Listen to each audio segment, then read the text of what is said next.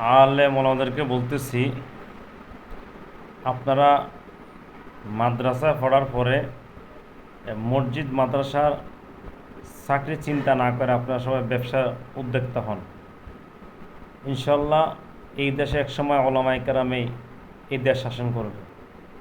আপনারা এই মসজিদের 10,000, 12,000, 15,000 টাকা বেতনে না যেয়ে আপনারা ব্যবসার জন্য উদ্যোগী হন। যদি আপনার 10,000 টাকা ক্যাশ থাকে, আপনার ব্যবসায় ঢুকে যান। ব্যবসা ঢুকবেন, আপনি 5 বছরে ইনশাল্লাহ আপনি স্বাবলম্বী হয়ে যাবেন। কিন্তু আপনি মসজিদে ঢুকবেন, মসজিদ কমিটির গুতাগুতি, মাদ্রাসার মোতাসার গুতাগুতি, কমিটির গুতাগুতি, আপনার জীবন শেষ। এই কারণে বলি যে আপনারা এই মসজিদ মাদ্রাসা চাকরির মুখোমুখি না হয়ে আপনারা ব্যবসা শুরু করে দেন। ইনশাল্লাহ আমাদের আলেম ওলামাদের সমাজ পরিবর্তন হয়ে যাবে। আর আলেম ওলামাদের বর্তমানে টাকা থাকা জরুরি, একান্ত টাকা থাকা ফরজ আমি মনে করি।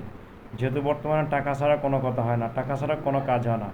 তো এই কারণে আপনাদেরকে বলি যে আপনারা ব্যবসার উদ্যোক্তা হন, ব্যবসা করেন, ব্যবসা করেন। আল্লাহ রসুল সাল্লাল্লাহু আলাইহি ওয়াসাল্লাম উনি হাদিসের মধ্যে বলছেন যে ব্যবসায় বান্দার 10 ভাগের 9 ভাগ রিজিক আল্লাহ রাখছেন।